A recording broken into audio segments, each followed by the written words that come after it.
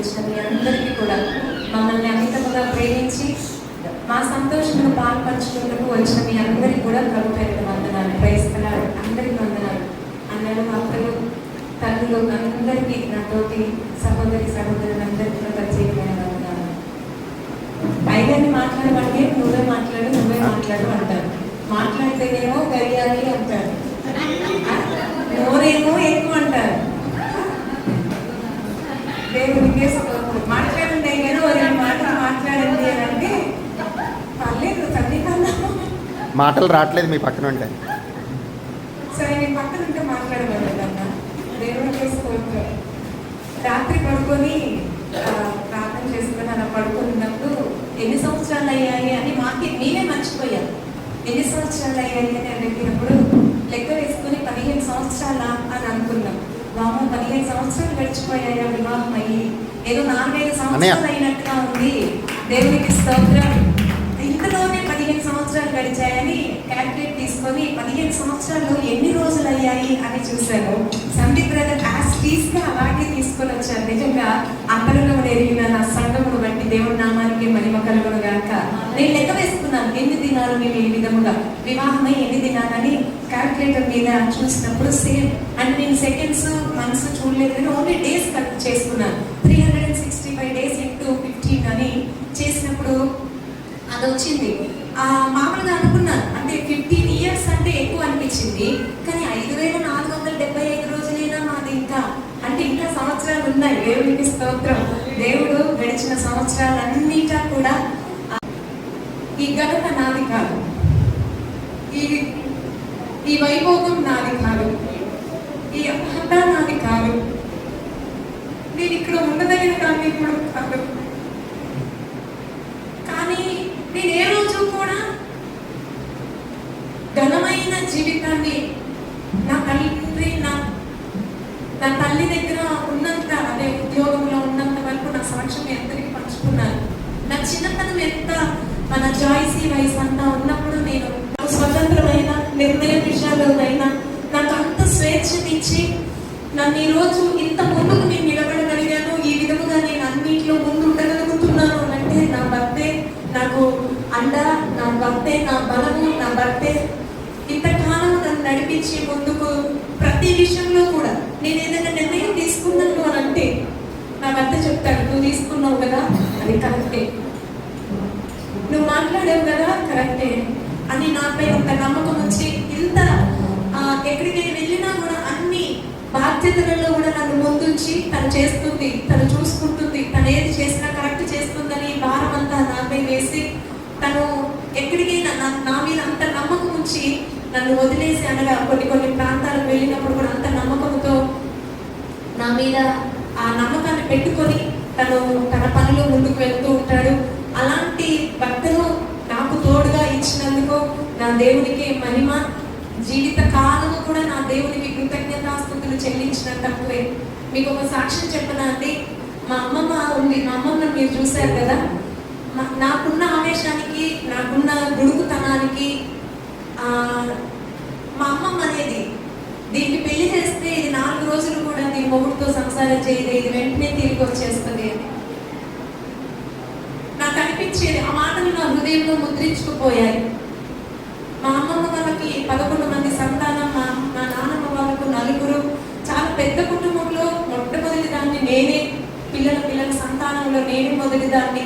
కొన్ని శ్రమలు, కొన్ని ఆటపోట్లు, భార్య భర్తల మధ్య గొడవలు, చిక్కులు, చికాకులు చూసుకుంటూ ఇది కాదు సంసారం, ఇలా కాదు, ఉండకూడదు, ఇలా ఉండాలి అని నాకు నేనే ఒక ప్రణాళిక వేసుకున్నాను. అది దేవుడు నాకు నేర్పించాడేమో నాకైతే తెలియదు. కానీ భార్య భర్తలు అంటే ఇలా ఉండాలి, ఇలా ఉండకూడదని నా కుటుంబంలోనే చూసి నేను పెరిగి నేను ఇప్పటికీ అయ్యగారు చెప్తాను, అయ్యగారు మేము గొడవ పడమని చెప్పం, అబద్ధాలు చేయి స్థలంలో నిలబడి. అంటే చిన్న గొడవలే, చిన్న తగాదాలు, అల్లరిగా ఉంటారు చూసారా, ఆ చిన్నపిల్లలు కొట్టుకుంటారు చూసారా, అలా చిన్న విషయాలలో చిన్నవి వస్తూ ఉంటాయి, పొరపక్షాలు వస్తూ ఉంటాయి. కానీ ఏ రోజు 4 గోడల మధ్య దాటి, ఆ 4 గోడలు దాటి కనీసం అత్తమ్మ మామకు కూడా మేము చెప్పలేదు.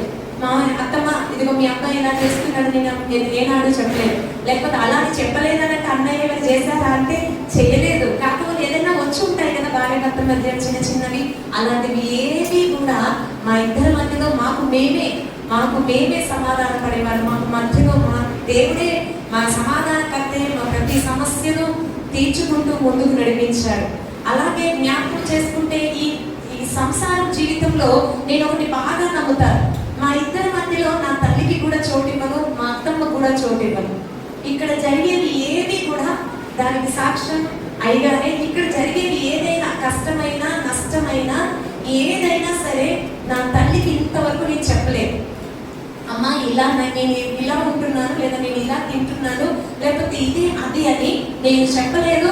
మధ్యవర్తిగా నేను తీసుకొని రాలేదు. నేను ఇకపై ఉన్న వాళ్ళకు కూడా చెప్పాలనుకున్నాను, కానీ ఇక్కడ ఉన్న వాళ్ళందరూ నాకంటే పెద్దవారే. కానీ నేను చెప్పే వాళ్ళదైతే నేను ఎవరికైనా చెప్పితే మాత్రం ఇదే మాట చెప్తాను. ఏంటి అంటే భార్య భర్తల మధ్య జరిగేది ఏది కూడా అటు అత్త రావద్దు, ఇటు తల్లి రావద్దు. ఏది జరిగినా భార్య భర్తలే సమాధానం పరచుకోవాలి, భార్య భర్తలే సమస్యను పరిష్కరించుకొని దేవుని యందు ఉంచుకొని ముందుకు వెళ్ళాలి. ఆ విధముగా నన్ను, నా కుటుంబాన్ని, ఇందాక పౌరు గారు చెప్పారు కదా, జ్ఞానవంతురాలు ఇల్లు కట్టునని. నేను ఎంత జ్ఞానవంతురాలో నాకైతే తెలియదు, కానీ దేవుడిచ్చిన జ్ఞానంపై మాత్రం నా ఇల్లు కట్టుకున్నట్టుకు, ఆ పునాది వేసుకున్నట్టుకు నేను మాత్రం ప్రెగ్నెన్సీతో ఉన్నప్పుడు నేను అక్కడికి మా అమ్మ వాళ్ళ ఇంటికి వెళితే రోజు సాయంకాలం వచ్చేవాడు. రోజు సాయంకాలం ఏం కావాలంటే అది తీసుకొని వచ్చి రోజు సాయంకాలం వచ్చేవాడు, నన్ను చూసుకునేవాడు. రాకపోతే తిడతారేమో అని భయంతో వచ్చారు. దేవుడికి స్తోత్రం. అది కూడా నిజమే. ఎందుకంటే ఆయన చూడకుండా నేను ఉండలేదు కదా, అందుకని ఎందుకు రాలేదని నేను తిడతానేమో కానీ తిడతానేమో కాదు. కానీ ఆ ప్రేమ అలా ఏర్పాటు చేయబడింది. అది మనుషుల ప్రేమ కాదు. నిజంగా చెప్పాలంటే ఆయన నేను ఇంతకుముందు ఎన్నడూ చూడలేదు, నన్ను ఆయన ఇంతకుముందు ఎన్నడూ చూడలేదు. ఒక వివాహంలో కలవలసిన వారమై ఉండి కూడా కలవలేదండి. అసలు నేను ఎంగేజ్మెంట్కి వచ్చాను, అయ్యగారు ఎంగేజ్మెంట్కి రాలేదు. సారీ, అయ్యగారు ఎంగేజ్మెంట్కి వచ్చారు, నేను ఎంగేజ్మెంట్కి రాలేదు. నేను పెళ్లిలో ఉన్నాను, అయ్యగారు పెళ్లికి రాలేదు. అవునా పౌలన్న? మీ చెల్లెలు పెళ్లికి అయ్యగారు లేదు. నువ్వేనా సూత్రధారి? కాదు ఆయన ఏం లేదంటే ఇక్కడ దాకా రాకపోలేము. దేవుడికి స్తోత్రం. జ్ఞాపకం చేసుకోవాలి, మా తాతయ్యను జ్ఞాపకం చేసుకోవాలి. దేవుడికి స్తోత్రం. దీనికి మూల స్తంభం దేవుడు వేస్తే దానిని సారథిగా నడిపించిన వారు ఆనందం తాతగారు, పౌరు గారి తండ్రి గారు. వారి మధ్యలో ఉండి మధ్యవర్తిత్వం చేసి మా చుట్టాల అమ్మాయి ఉంది, ఆ మంచి దేవుడు నమ్ముకుంది, మా పాటలు పాడుతుంది, ఆరాధన చేసుకుంటారా అన్నప్పుడు అయ్యగారికి ఇన్ఫర్మేషన్ ఇస్తే వారు అక్కడికి రావడం చూడటం జరిగింది. వాళ్ళ పెళ్లిలో, అదే పౌరు గారి సిస్టర్ గారి పెళ్లిలో ఎంగేజ్మెంట్ కి అయ్యగారు వచ్చారు, నేను రాలేదు. పెళ్లికి నేను వెళ్ళాను, అయ్యగారు రాలేదు. కానీ కొంతమంది చూసి మా ప్రేమను చూసి ఇది లవ్ మ్యారేజ్ అంటారు, కానీ కాదు. దేవుడు ఏర్పాటు చేసిన ప్రేమ, ప్రేమ ఆమె దేవుడికి స్తోత్రం. ఇది మనుషుల వలన వచ్చినది కాదు, దేవుడు ఏర్పాటు చేసిన. మా మధ్యలో వయసు తారతమ్యం ఉందని ఎవరు అనుకోరు. మాకు మేమే మర్చిపోయాం. దేవుడికి స్తోత్రం. ఎందుకంటే అది తను నా మీద చూపించేది, నేను ఆయన మీద చూపించే ప్రేమ ఏమీ అనిపించదు, ఏమీ ఉండదు. అంటే కొంతమందికి తెలుసు కాబట్టి మేము ఆ విధంగానే ఉంటాం. దేవుడు ఏర్పాటు చేశాడు. ఈ 15 సంవత్సరాలు, రాత్రి ఒక మాట అన్నారు, 15 సంవత్సరాలు అయ్యాయి కదా, ఇంకొక 15 సంవత్సరాలు కలిసి ఉండాలి. పిల్లల్ని సెట్ చేసినాక దేవుడు మనల్ని పిలుచుకుంటే వెళ్ళిపోదామని రాత్రి మాటలు మాట్లాడుకుని నిద్రపోయాం. ఇంకొక 15 సంవత్సరాలు దేవునిలో, ఇంకొక 15 సంవత్సరాలు ఉంటే దేవుడికి స్తోత్రం. దేవుడు ఏర్పాటు చేసిన దినములు, మా దినములు ఎంతైనా మాకు తెలియదు, కానీ ఆయన జీవ గ్రంథంలో లిఖితమైన ప్రతి దినమును దేవుని పని కొరకు నిలవబడి ఆయన పనిని తుదముట్టించి ప్రభు సన్నిధికి చేరాలి. అదే మా ఆశ, అదే మా తాపత్రయం. ఆమేన్. హల్లెలూయా. ఇంకో 15 సంవత్సరాలు అయితే ఖచ్చితంగా నేను మాత్రం ఇంట్లోనే ఉంటాను. 15 సంవత్సరాలు అట్లనే 15 సంవత్సరాలు తర్వాత కూడా ఇలానే ఉండాలని. హల్లెలూయా.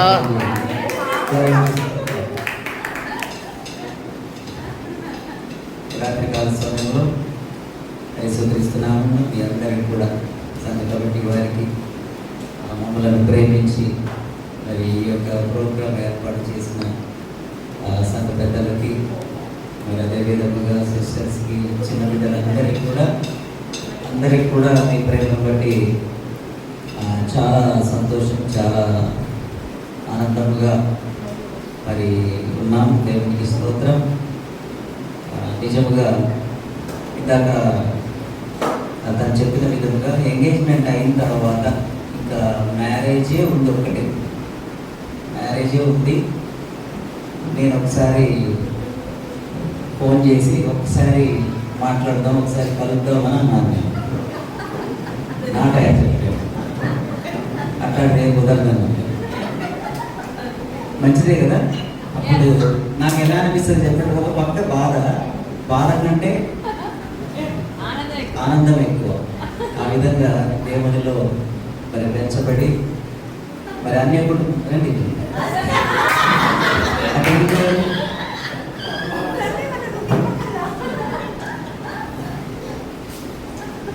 వారి కుటుంబంలో దాదాపు అందరూ కూడా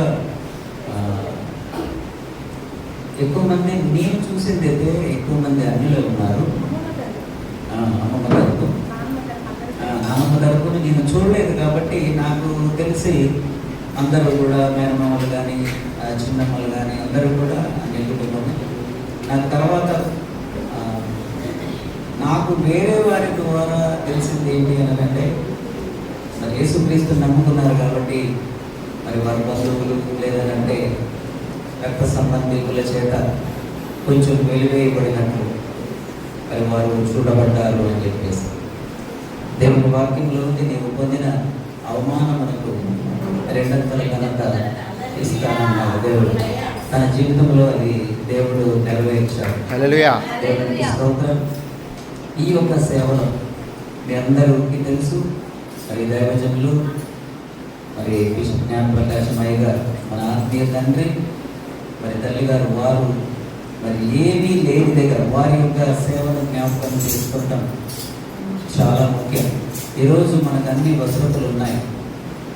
ఈరోజు మనకి ఈ విధమైన స్థలం ఉంది, కానీ ఇలాంటి వసతులు ఏమీ లేని దినముల్లో వారు సేవ ప్రారంభం చేసి, మేముండే ఇల్లు ఆదివారం రాగానే ఎర్లీ మార్నింగ్ అందులో ఉన్న సామాన్లన్నీ తీసి ఆ ఇంటి పక్కన బయట ఖాళీ స్థలంలో పెట్టేసి అక్కడ మంచిగా చేపలు వేసి ఆరాధన రూపం తీసుకొని వచ్చేది. అయ్యగా వారు శ్రమపడి మరి ఈ స్థితిలోనికి తీసుకొని వచ్చి మరి ఈ విధముగా మరి ఈ యొక్క భారమును మరి మా భుజముల మీద అదేవిధంగా మీరందరూ కూడా సహకరిస్తున్న ఆ యొక్క పనిని బట్టి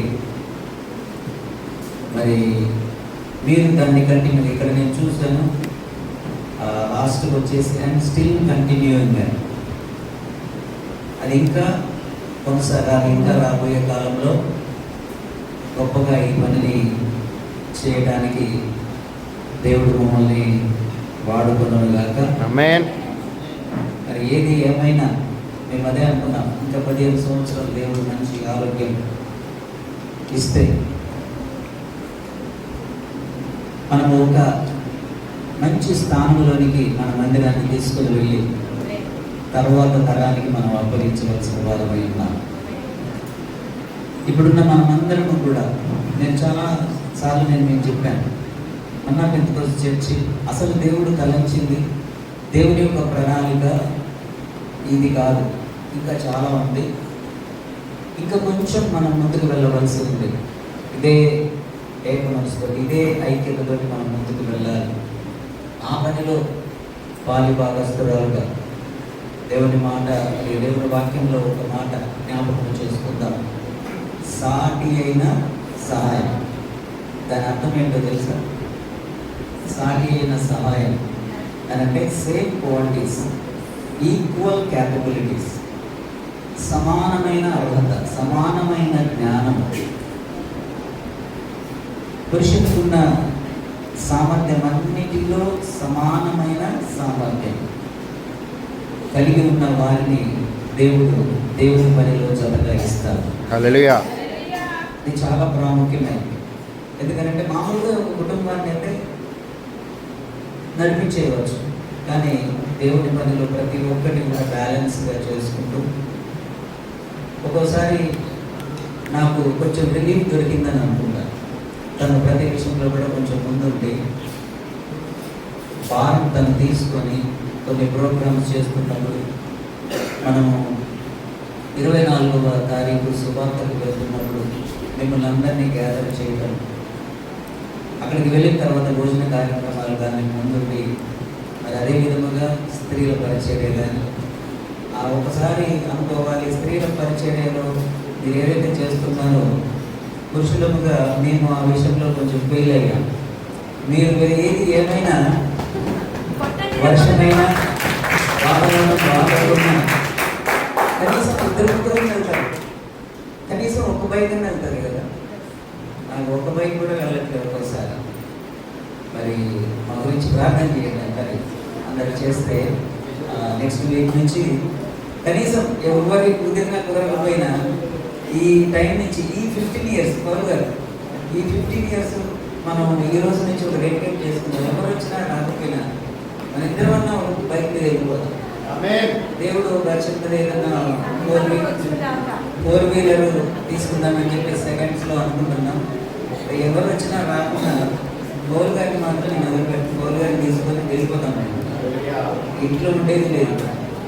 ఆ విధంగా ఎందుకనంటే కాలం చాలా విలువైంది, మరి దాన్ని వేస్ట్ చేయకూడదు. ఇంకా చాలా వెనుకబడి ఉన్నామని చెప్పేసి అనిపిస్తుంది. కాబట్టి మనము మన చర్చి కేసు అది ఉంది కాబట్టి నాకు కూడా ఇక్కడ ఏ విధంగా కార్యక్రమాలు ప్రసంగము లేదంటే ఇలాంటి ప్రోగ్రామ్ చూసుకోవాలో మీకు అందరికీ తెలియదు. మీరు అందరూ చూడరు. కోర్టు విషయంలో కానీ నేను వెళ్ళి అక్కడ టెన్షన్ పడేది కానీ, రేపు వాయిదా ఉందనంటే ముందు రోజే టైటస్ గారి గురించి ఆబ్సెంట్ పిటిషన్ రెడీ చేయాలి. ఆబ్సెంట్ పిటిషన్ రెడీ చేసి టికెట్ కొని పేపర్ కొని లాయర్ గారితో సిగ్నేచర్ చేయించి అది రెడీ పెట్టుకోవాలి. లేదంటే అదర్ సైడ్ లాయర్ దాన్నే పట్టుకున్నాడు అనుకోండి, టైటస్ గారి మీద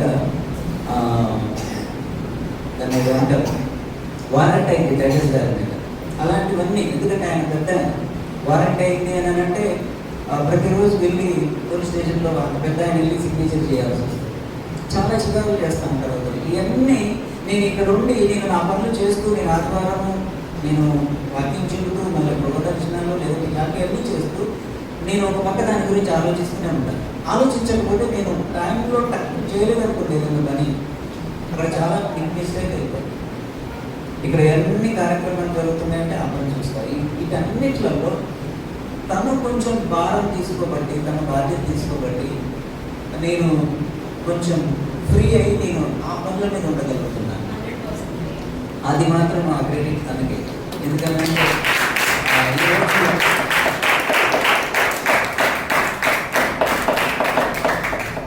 కోర్టుకు వెళ్ళాము అని అంటే తనకు స్టార్టింగ్లో తెలియదు. కోర్టుకు వెళ్ళి నిలబడటము, ఎలా పిలుస్తారు ఏంటి అనేది తెలియదు. ఒకరోజు చంద్రబాబు గారు నేను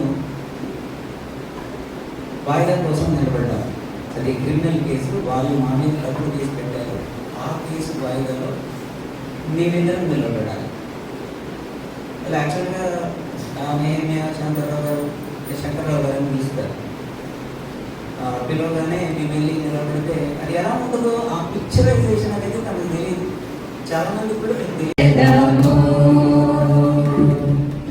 నేను నా ఇల్లు నా ఇంటి వారందరూ మానక స్తుతించెదము. నీ కృపా పగలే నన్ను కాచి, నిన్ను చెదరక మోసావు స్తోత్రం. నీ కృపా పగలే నన్ను కాచి, స్తోత్రం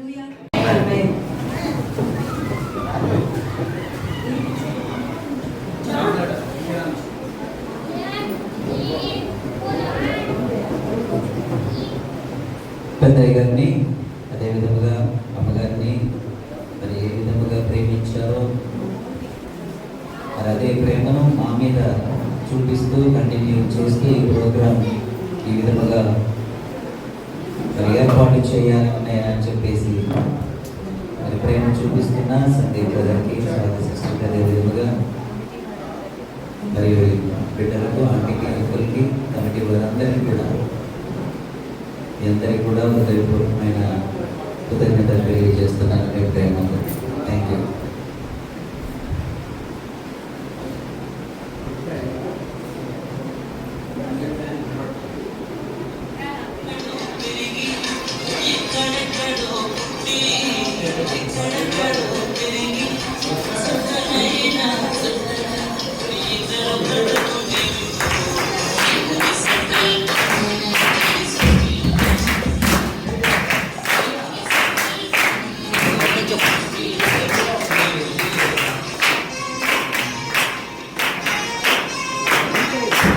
ఎక్కడికి రారా?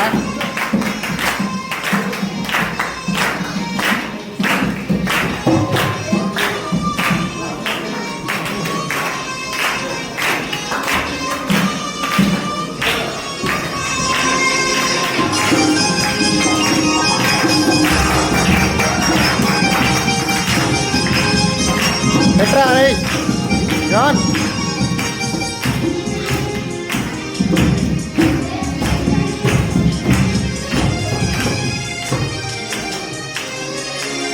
గ్రేసి పెట్టినానా?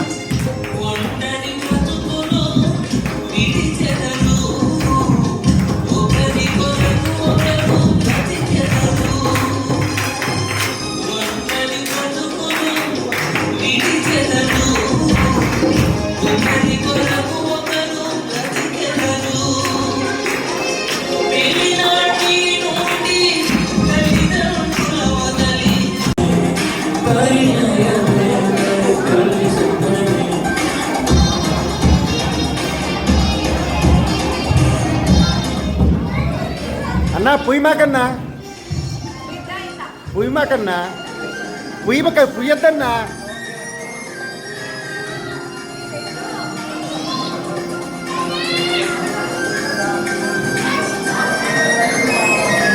నేను చెప్పాను పుయ్యద్దని, నీకు అంతే కావాలి.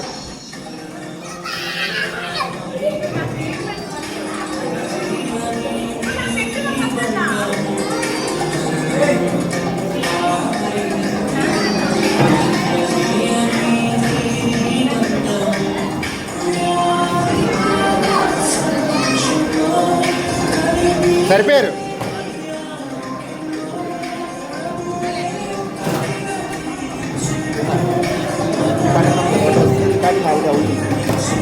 ఫోటోస్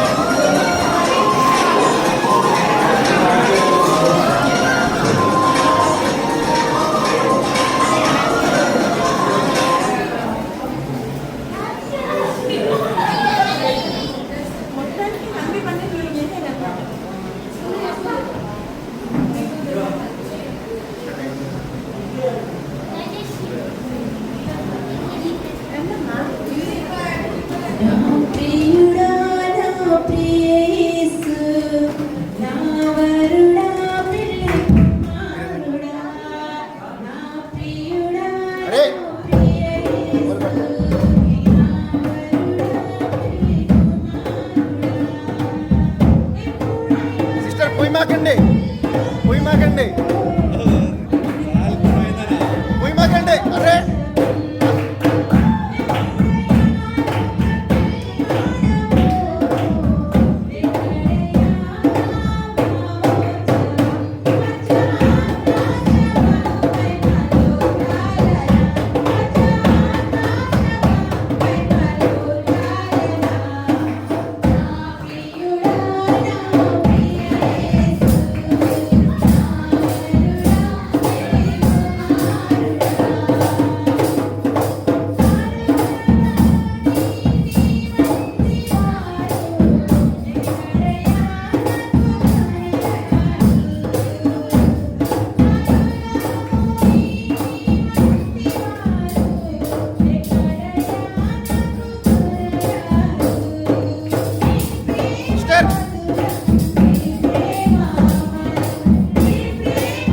అయ్యే ఇంకా ఉన్నాయి.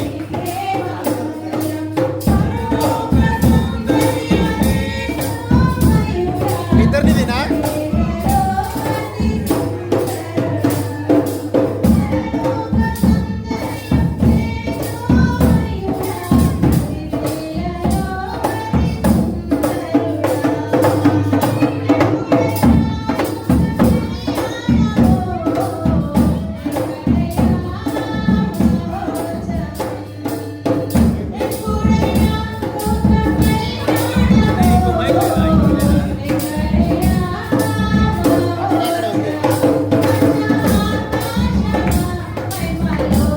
పెట్టాలి.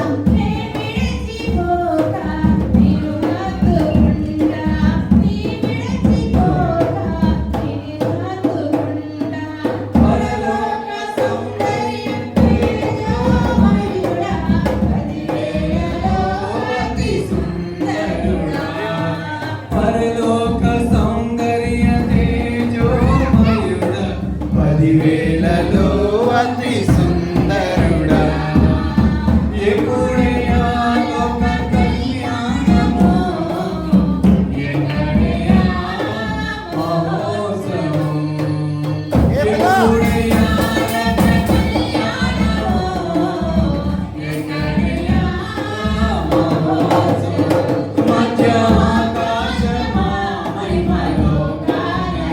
అయ్యయ్యో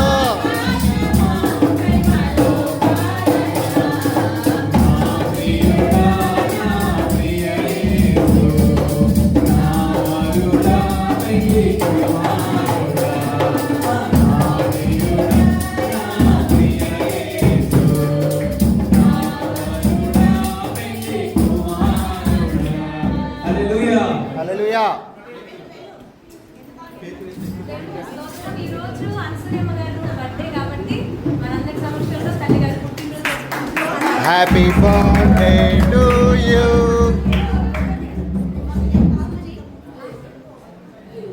ఓకేనా? చిన్న ప్రార్థన చేసుకొని అమ్మగారు కేక్ కట్ చేద్దాం. అందరూ ఒక్కసారి అనసూయమ్మ తల్లి కొరకు ఒక చిన్న ప్రార్థన.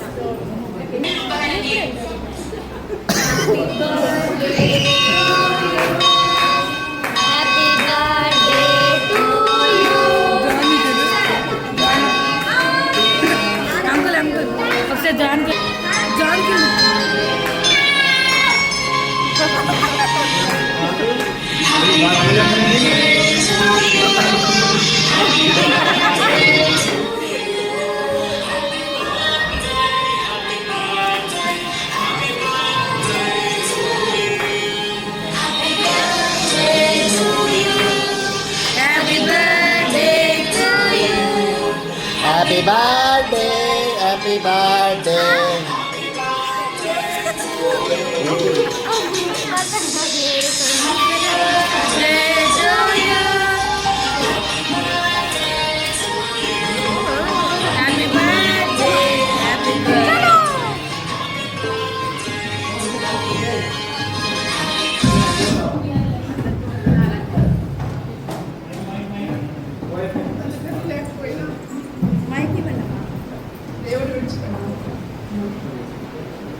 మా కుటుంబం తరఫున అందరి తరఫున అసలు బిడ్డల గారికి జన్మదిన శుభాకాంక్షలు తెలియజేస్తున్నాను. ఈ సమయంలో మరి శాంతారావు గారి యొక్క పెద్ద కుమారుడు అఖిల్ రావాలి ఖచ్చితంగా, కానీ మరి వర్షాలు పడ్డాయి, పనులు చేపిస్తూ ఉంటే పొలం దగ్గర కాలుకు దెబ్బ తగ్గిందంట, స్వెల్లింగ్ వచ్చి రాలేకపోతున్నాడు.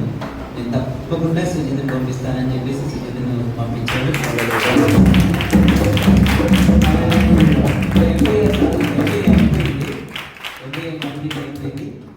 ఇంకా కొంచెం ఇది పెండింగ్ ఉంటే అది కంప్లీట్ చేస్తున్నాడు. తప్పకుండా మీ ప్రాంతంలో జ్ఞాపకం చేసుకోండి. దేవుని స్తోత్రం. శాంతారావు గారు మరి ఆ ఇద్దరు బిడ్డల్ని మనకు అప్పగించిపోయారన్న మన వారి గురించి తప్పకుండా ప్రాంతంలో ఎదురుపడదాం. సంఘం అందరం మేము మీకు తోడుగా ఉన్నాం. దేవుడికి స్తోత్రం. వచ్చి మా మధ్యలో నిలబడితే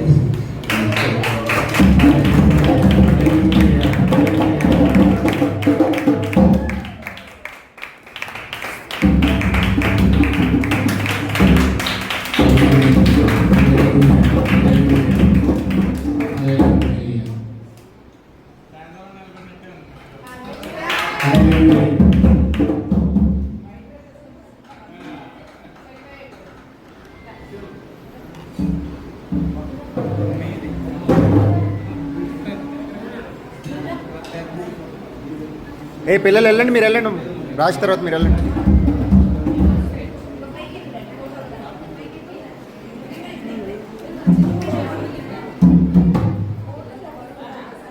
ఆ కత్తి తీసుకుని అడ్డంగా వేయరా.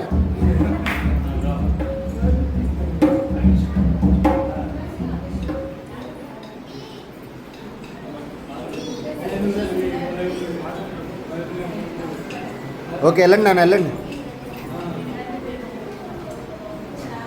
మీరు కేక్ పెట్టండి కానీ పుయ్యొద్దు, ముందే చెప్తున్నా.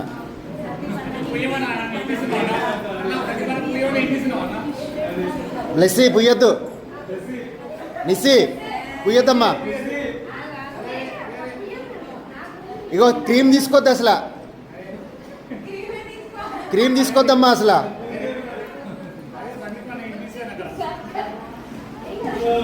ఇగో నుదుటి మీద మాత్రం అసలు పుయ్యొద్దు. ఇగో ఇగో నుదుటి మీద మాత్రం అసలు పుయ్యొద్దు.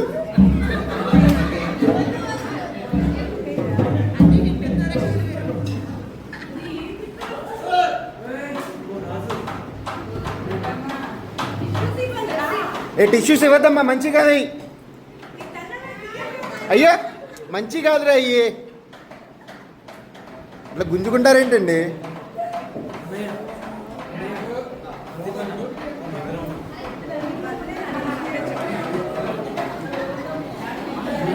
ఇగో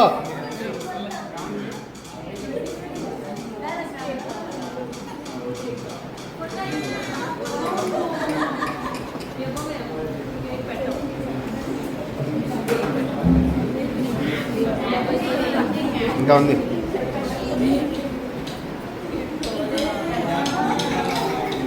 నేను వడ్డీ ఎడుగుపోతుంది బాబాయ్.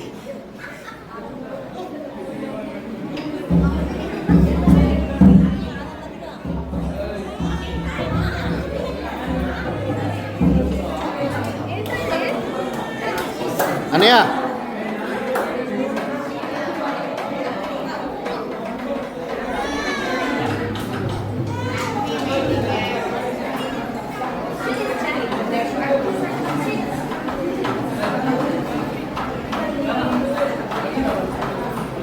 Right right right right. Peter Vijay వెళ్ళండి అమ్మా. ఇగో మీరు వెళ్తే వెళ్ళారు కానీ అస్సలు పుయ్యొద్దు.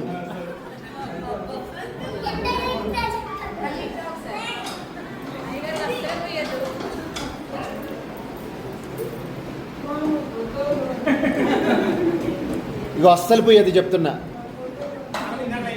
అస్సలు పుయ్యద్దు మీరు చెప్తున్నా. అయ్యే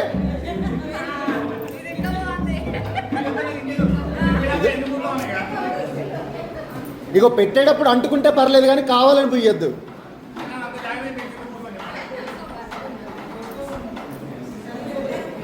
వీళ్ళిద్దరు తొండే చేశారు.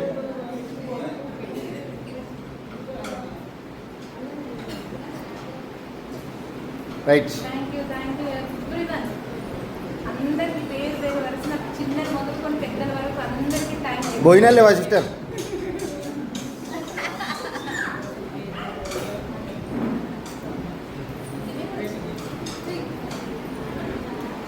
ఇంత మా కొరకు మమ్మల్ని ప్రేమించి ఏర్పాటు చేసిన ప్రతి ఒక్కరికి థ్యాంక్ యూ. చాలా వందనాలు. అందరికి భోజనాలు ఉంటాయి. సరే రిటర్న్ గిఫ్ట్ ఇవ్వండి, రిటర్న్ గిఫ్ట్ ఇవ్వండి. రిటర్న్ గిఫ్టా? ఆ. ఎలా కావాలో చెప్పండి. ఇవ్వండి, తలా కేజీ బంగారం ఇవ్వండి.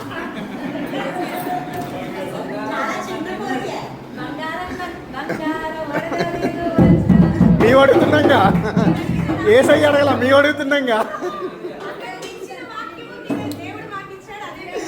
అది హల్లెలూయా. బంగారం కంటే ఎక్కువ విలువైనవి.